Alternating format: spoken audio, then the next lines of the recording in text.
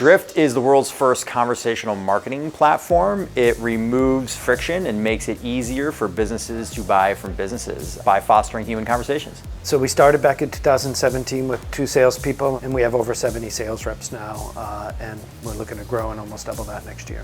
The things that I'm looking to solve on a day-to-day basis is how do I find repeatability and predictability in everything we do, whether it's sales process, whether it's marketing process, whether it's BDRs. We're really trying to build a very strong, healthy foundation for growth and making sure that we know where those dollars go and what we get in return for those dollars as we scale up over the next couple of years.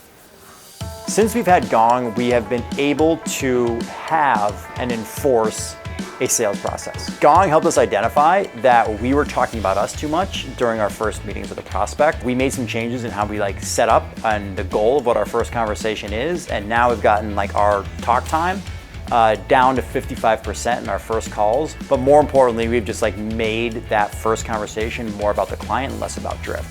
The 3 biggest benefits that we see with Gong in our organization is number 1, being able to really quickly identify who's adopting the newer processes and policies and talk tracks that we come out with, and understanding who's adapting and who isn't as a way to identify coachable opportunities with our reps is the number 1 thing.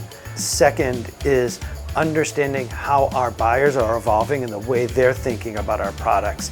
Identifies both to us as a sales leadership team as well as to the product team how our positioning and how our approach is either still working or not. And lastly, using Beat really allows us to do quicker pipeline inspections and validate quickly with sort of a third party, the customer, that we really are where the rep says we are in the process. Not again to micromanage, but to help continue to coach and give them the next best step that they should do with that customer so that we really can rely on that business.